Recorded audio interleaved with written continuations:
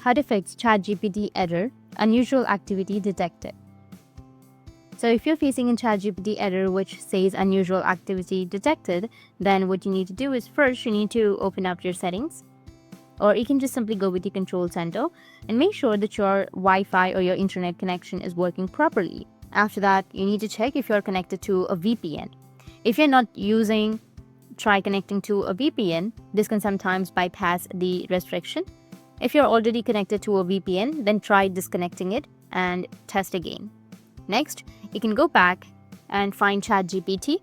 Once you find ChatGPT, you need to tap and hold on to it. Go with the app info section. Once you're on your app info, you need to go with clear data, which is on the bottom, and then go with clear cache. Tap on OK. Once you're clearing your cache, you can go back, and if you have any updates under your ChatGPT, you can go with your Play Store at first to find it. So search for Play Store, and under Play Store, you need to search for ChatGPT. And here, if you have any updates, you need to tap on update and update your ChatGPT. Once you've updated, your problem will be fixed. That's it. And if you have any questions, feel free to comment below. Thanks for watching.